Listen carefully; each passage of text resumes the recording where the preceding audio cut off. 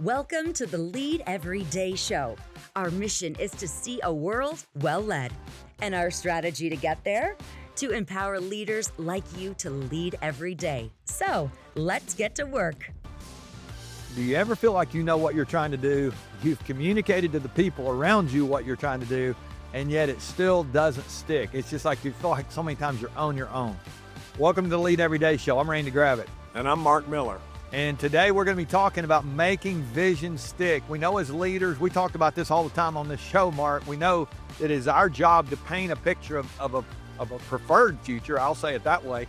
If we're going to do that, we do that through vision. It's not enough just to see the future. We've got to be able to make sure we transfer that vision over to the people who have chosen to follow us.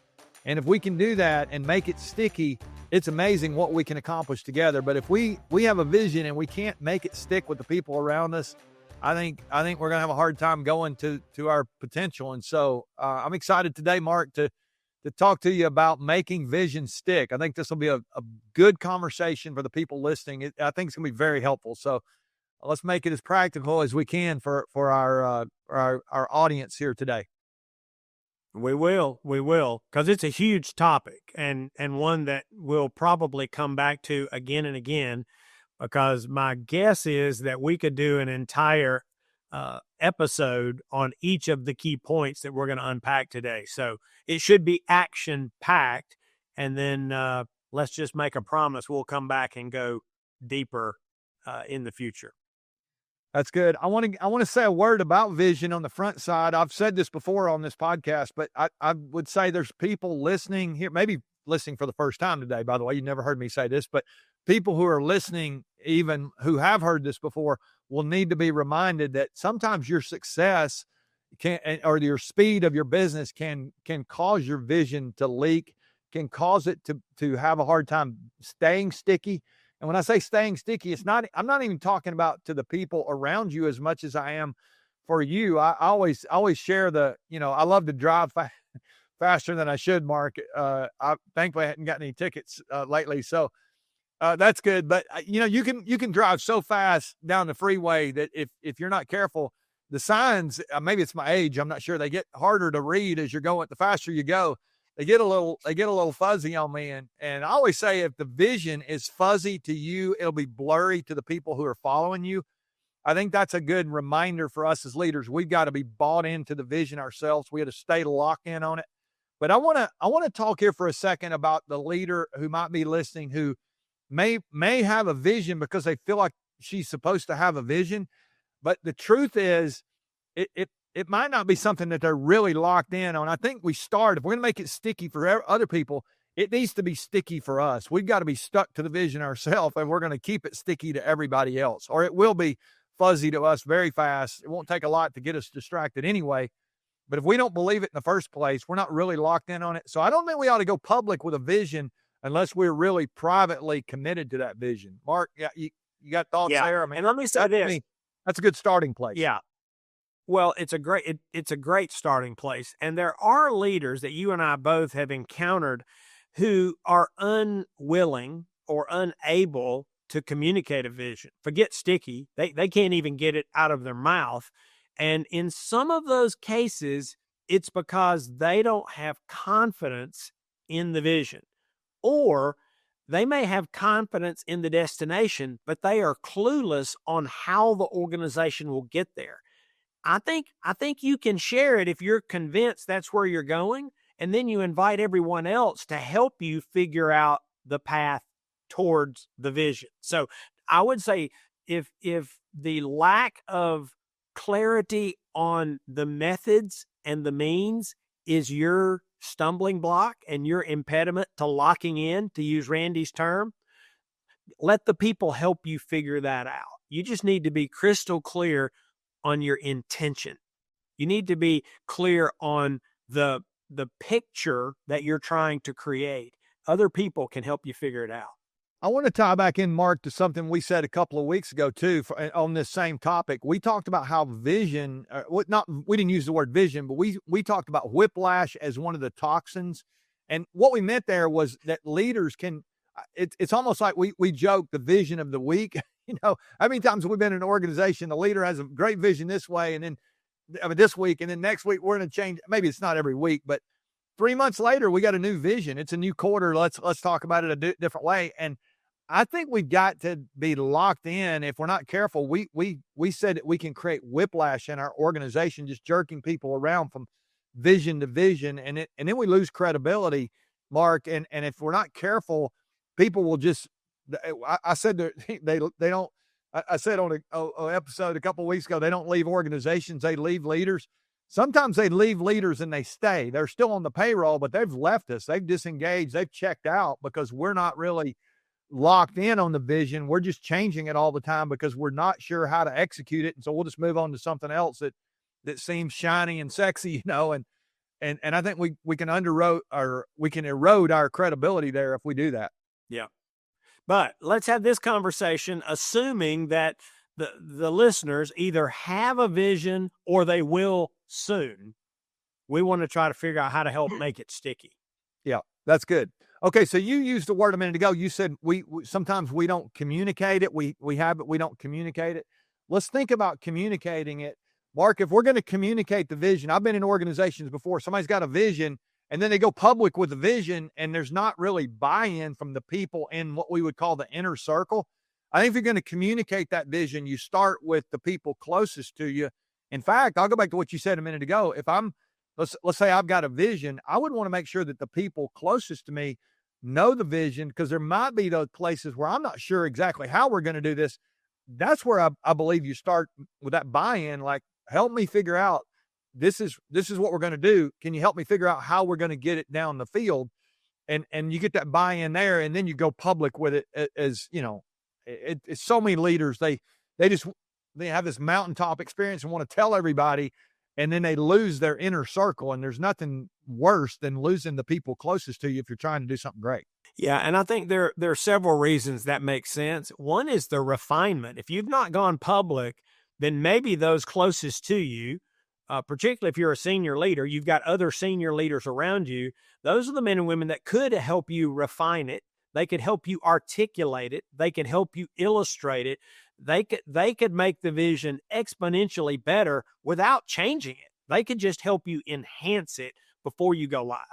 The other reason I think you always start with your inner circle is once you go public, a lot of the questions won't come back to you as the senior leader. They'll come back to the leaders around you. So let's assume you skip that step and questions start to come to those leaders around you, and their response is, I have no idea. That's the first time I'd heard it. I don't know what she's talking about. I don't know what he's talking about. And all of a sudden, you're losing ground, and the game hadn't even started, right? The other team's running up the score, and you hadn't even taken the field yet. So you want them for refining it, and you also want them because they'll be spokes people, the ambassadors for that vision. Yeah, that's great. If we're not careful, we can erode trust throughout the organization if we don't do that correctly. And so, I mean, I've seen it happen, Margie. You can lose your inner circle if you don't communicate correctly. And what's funny is in the name, it's not funny, it's tragic actually, but in the name of communication, we communicate it's like we got to communicate appropriately. So you start with the people closest to you and you layer it out from there until you do go public, and then everybody's all on board. And it's amazing what happens if you've got the people closest to you with you. The people closest to them typically are going to be with them, and the next thing you know, it ripples out, and you got a good chance to take your whole crew toward the vision. Yeah, let me just add one thing to that, and I don't want to mislead anybody. You made a comment there in passing about you'll have everybody with you. You may not. Well, you may not. That's true. You probably won't, right? Any vision of substance, there are going to be people who aren't for you or aren't for the vision, and you have to deal with those people separately, sometimes individually, but they won't kill it, right? If you followed the right steps, the right process, if you've got even the majority of your inner circle, and you know what to do with the rest, and how to work with them individually to figure out what are their concerns, what are their objections. And some of that will be one-on-one influence over time. But once this gets to the masses, again, if it's of substance, everybody will not be for it, and that's okay. So I feel like we need to say that up front, even as we get into these tactics. That's a good reminder. Mark, on our last episode, we were talking about character and building trust in our followers if we're leaders. And you made a statement. You said people always watch the leader. I think that's true with our character, but I think it's also true with vision. If we're going to really make vision stick, we've got to show the way. We have a tremendous opportunity here to show what's important in the way we role model. I know you've seen this throughout your career. Can you talk about how vital it is that we lead the way when it comes to the vision? We're going to make it sticky. Well, it's interesting. It actually goes back to the last episode as well, because when we're inconsistent, when we say one thing and do something else, particularly if it's contrary to the thing we've been advocating, we erode trust, which means we're going to forfeit leadership over time. And so it's just absolutely critical. And a lot of people, they may hear the vision, but it won't become real until they see it in action. And when they can see it in action embodied in their leader, it just carries a tremendous amount of weight. And one example that I did not see firsthand, but I've actually written about this, was Alexander the Great. And some of the folks listening may have heard me talk about this, or you may in fact know the story, but Alexander had some core values. Now, I don't know that he ever used those words. I can't find that in the historical record, but over and over and over again, he talks about courage and bravery. So you say, great, there's a leader who gets points for having articulated core values. Well, there is some value there, but their army was undefeated, conquered the known world between the time he was 19 and 30. I mean, imagine that. And won every battle that he was in. And the historians have tried to figure out why was his army so successful? In many cases, beating opponents that you would not think they should have beat. Well, one of the theories that I think links to what we're talking about today is Alexander had this habit of leading from the front. He led the charge in every major battle. So his men heard him talk about courage and bravery. Okay, I hear that, boss, but what does it look like? What does it mean? And he said, I'll show you.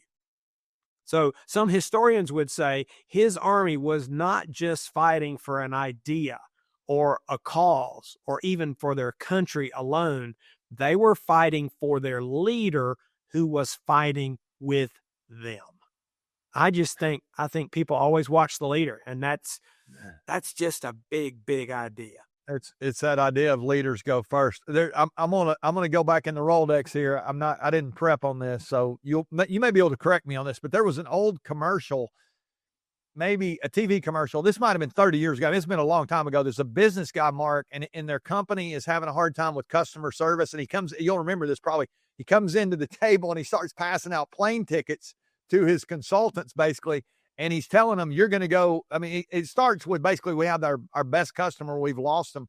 And so he's handing out these tickets, and we're going to go see every one of our customers. You need to go see them, basically. And this one guy, if I remember it correctly, he says, what are you going to do? And he pulls a ticket out of his pocket and he says, I'm going to go see the problem. I mean, I'm going first kind of mindset. And I love that. It was a great commercial. You probably could Google it and find it. You may remember it, Mark. I don't know, but I think that idea that when the leader says generosity is going to be important, then how generous are you? If we say customer service is going to be important, how well do I take care of our customers or the people that are taking care of our customers? Whatever we say is important, we need to die on that hill, if you ask me, as a leader. And so I think it's measured in our behavior. I mean, it really is. Yeah. And so let me give you another trivial example. I say trivial. I think it's a real example, but I want to give something that counterbalances Alexander leading his armies into battle. Has been referenced many, many times over the last 2 years of these episodes. I spent a long time at Chick-fil-A, about 45 years on the corporate staff. And our president wanted folks to pick up trash. So he started picking up trash. And I was with him when he picked up trash in McDonald's parking lots. I was with him when he picked up trash in Walmart parking lots. And of course, he picked up trash in Chick-fil-A parking lots. And guess what happened? A whole bunch of people began to pick up trash. And I don't think I ever heard him say, we're going to pick up trash. People always watch the leader. So good. I'm not making this up. I've caught him one day. I was up at Windshape, the campus up there at Berry College, and literally, it's probably a 3-mile drive from the campus back.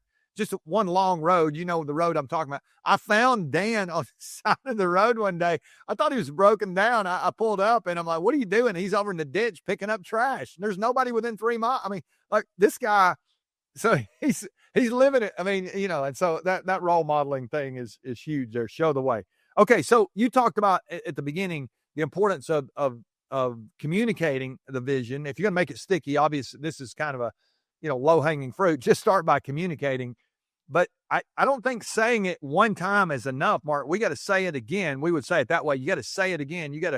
I heard somebody say one time, you got to say it, spray it, wheel it, deal it. You need to be saying it over and over. Strategic repetition would be the way we would need to maybe clarify that. It needs to be strategic about the vision.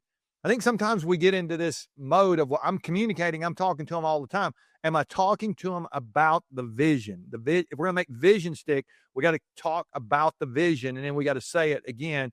And not everybody learns the same way. There's a lot of ways we could probably talk about this. Not everybody learns the same way. Some people need to see it, maybe need to hear it. An email's great. A text message might be good. You can have a Slack channel. You can have a video screen. Some people, you need to say it in different ways to different people at different times, but you've got to say it more times than you think you need to, I believe is the point here. And it needs to be strategic. So any thoughts you have there, Mark, about how strategic repetition has made, I know you've used this before to make vision stick. So talk about it. Sure. Yeah, I think this is another example of a topic that we could spend a long time on. I will say that this was one of the findings when we did our work on culture. The leaders that do the very best job of creating a culture that they want intentionally to create, which is really what you're talking about when you're making vision stick, right? It's the precursor to actually creating the culture that delivers on the vision. And this whole idea of strategic repetition came up over and over and over again. One of the examples that I've written about is while doing that research, we were talking to one of the senior leaders from Netflix. And for those that don't know, Netflix has had a culture that was well known and had been very successful to do the things that the organization wanted to accomplish. And I asked this leader how often he talked about culture. And he looked at me, gave me this strange look. And I didn't know if I had said something that was inappropriate or if he misunderstood me. And so, after this long, awkward pause, I asked the question again. And he said, I thought that's what you were asking me. He said, every day. And it was almost with a tone of disgust. He said, every leader at Netflix talks about the culture or some facet of it every day. He said, why wouldn't you? It's what's most important.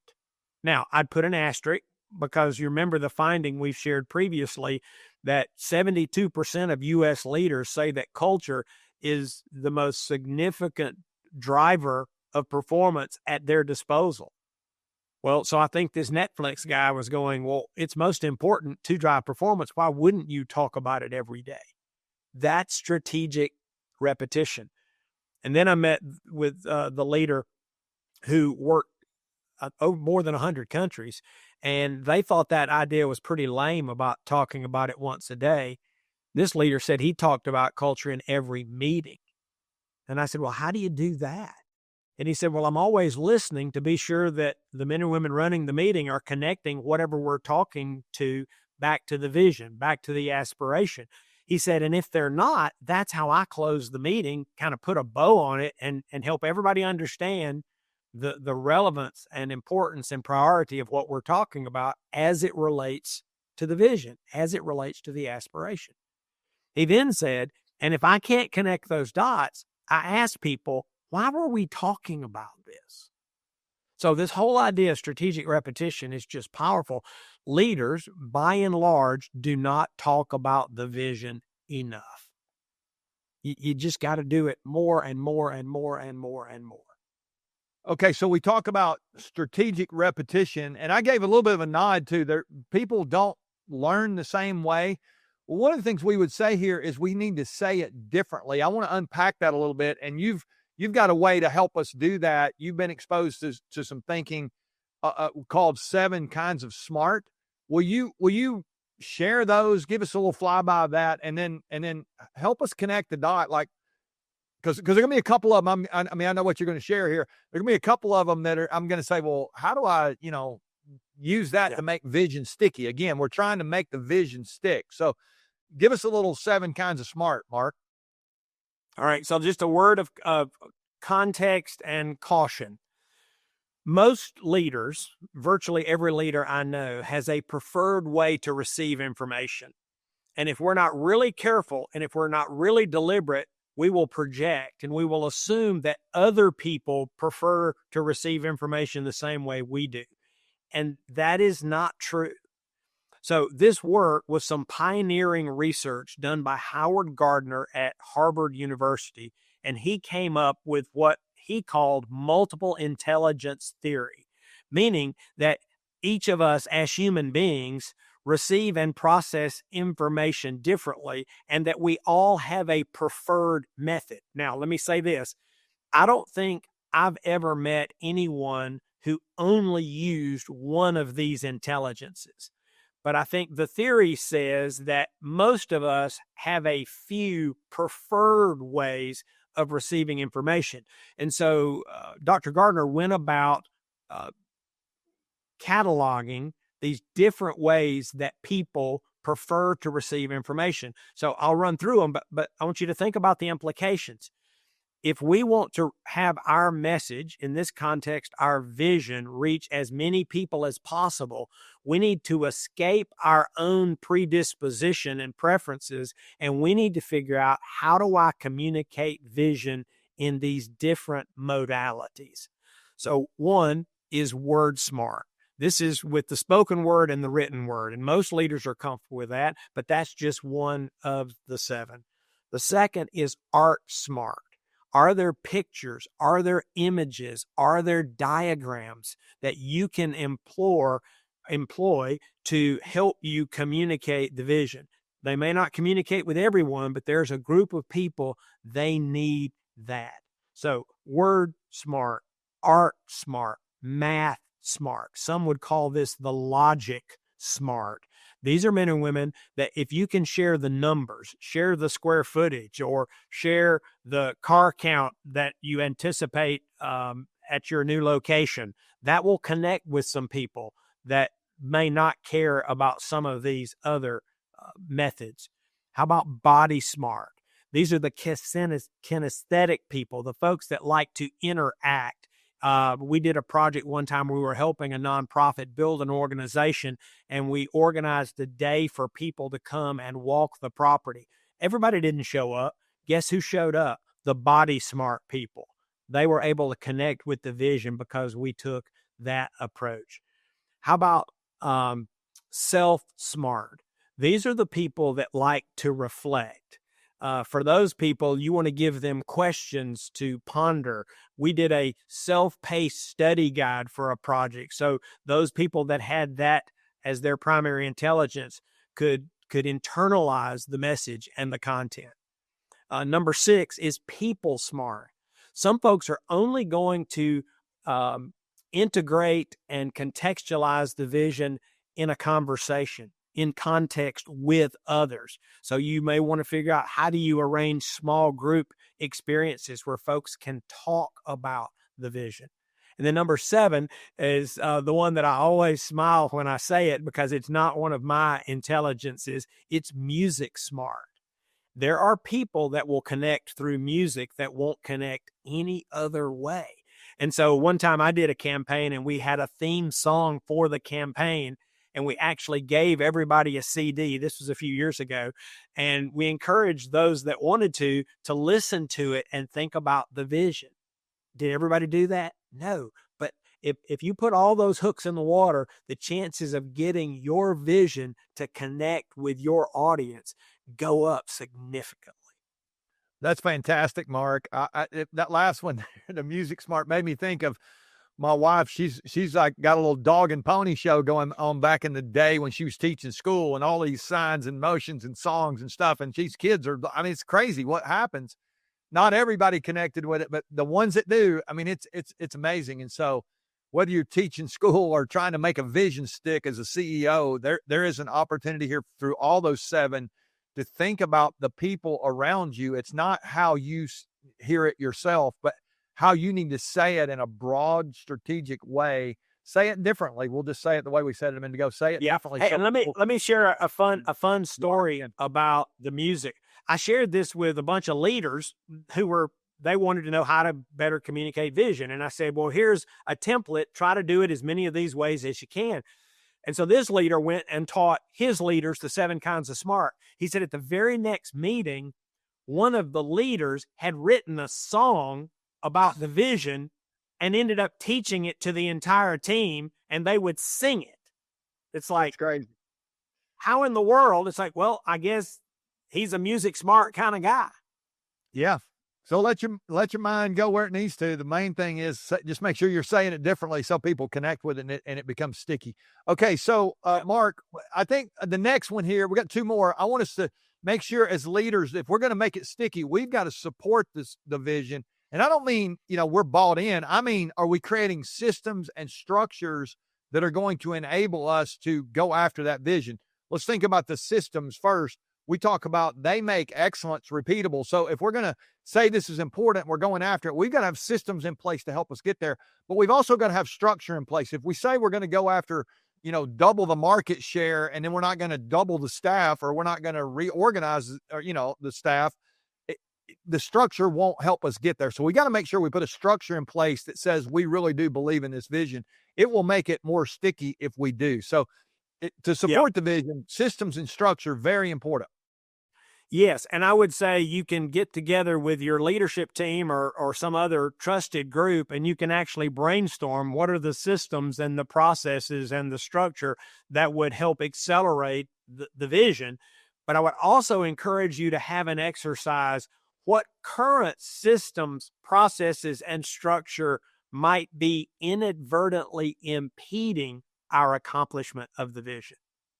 And I think you might find that there's some new things you should do, and there might be some things that you're currently doing that you should stop doing that are systemic, some structural things that are actually making it harder. And by the way, undermining your leadership because it looks inconsistent. It looks incongruent if you're saying, hey, we want this, and yet we have these systems in place or we have this structure in place. So you may get the added bonus of bolstering your own leadership and the confidence that people have in you by working at the systems level.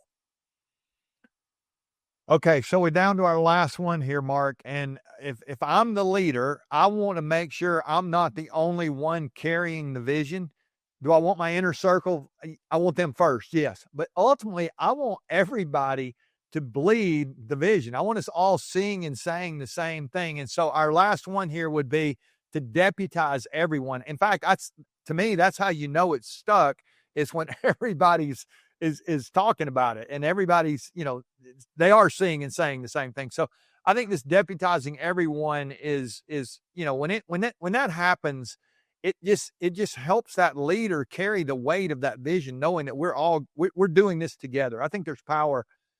We always say it's better together. I think the vision is better when we're all together. And so it's great to say that. That's a great little rah-rah speech.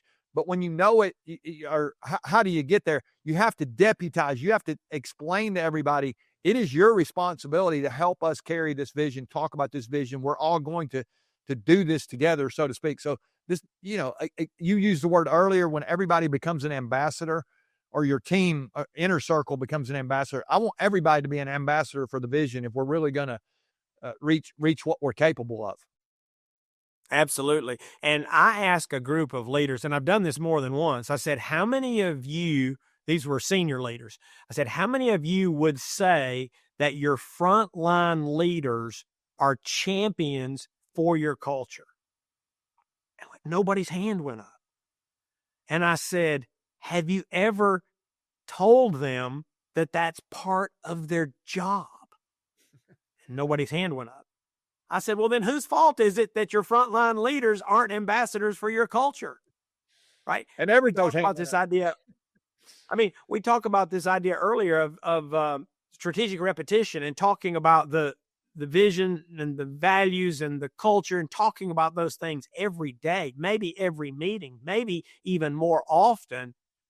Well, unless somebody understands that's part of the job, that's part of the role, that's part of the expectation, you think people would just do that because they thought it was a good thing to do? No, you need to deputize everyone, particularly when you're dealing with things regarding the culture.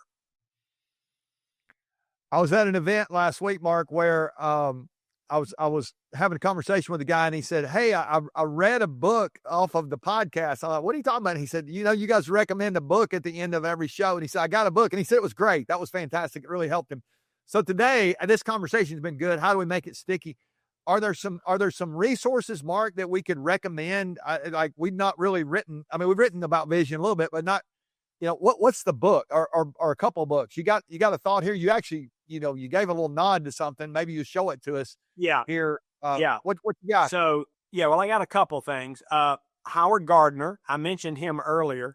This is called Intelligence Reframed. By the way, back to that multiple intelligence theory that we have traditionally, at least in the West, we have said intelligence is word smart and math smart.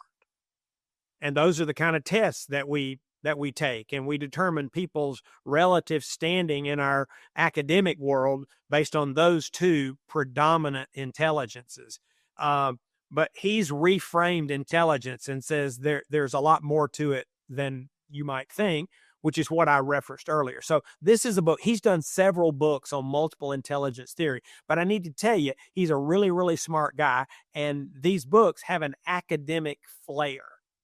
But if you want something that's a little more approachable, I referenced it earlier. It's called 7 Kinds of Smart by Thomas Armstrong. It's an older book, but he has taken the cookies and put them on the bottom shelf where everybody can get some. But it's all thanks to Howard and his work. So read the challenging academic version or the more approachable version. But if you will master the art of applying multiple intelligence theory to your communication, whether you're talking about vision or anything else, you will be amazed at what will happen to your effectiveness.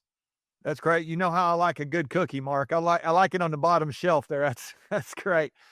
Okay, so let's land it here. I just want to remind leaders, it is our responsibility to make sure that we have a vision. We know what we're trying to do, where we're trying to go from, you know, where we are. Let's go back to reality, to where we're trying to go. And we can go to some really great places, but we won't do it if we're not locked in on that vision and we don't pay attention to the people around us. Are they locked in on the vision? We want to make sure that we are talking about that vision everywhere we go. We're making it sticky to the people that we lead.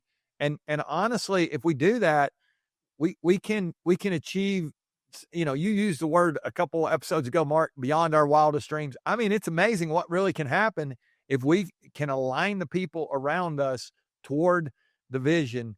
Great things can happen. And so I hope anybody listening will take any of these ideas that we've talked about today and ask yourself, if your vision is not sticking with the people around you, why not? And chances are there's something here that you could make a little adjustment and just real quickly, you could get people more aligned to where you're trying to go. And if that happens, I think the sky's the limit. So we'll leave it there today. If you've not subscribed to the channel, you can go to leadeveryday.com and do that. If you want to communicate with us, you got any questions, anything anything you'd like for us to talk about, we're always receptive to that. info@leadeveryday.com.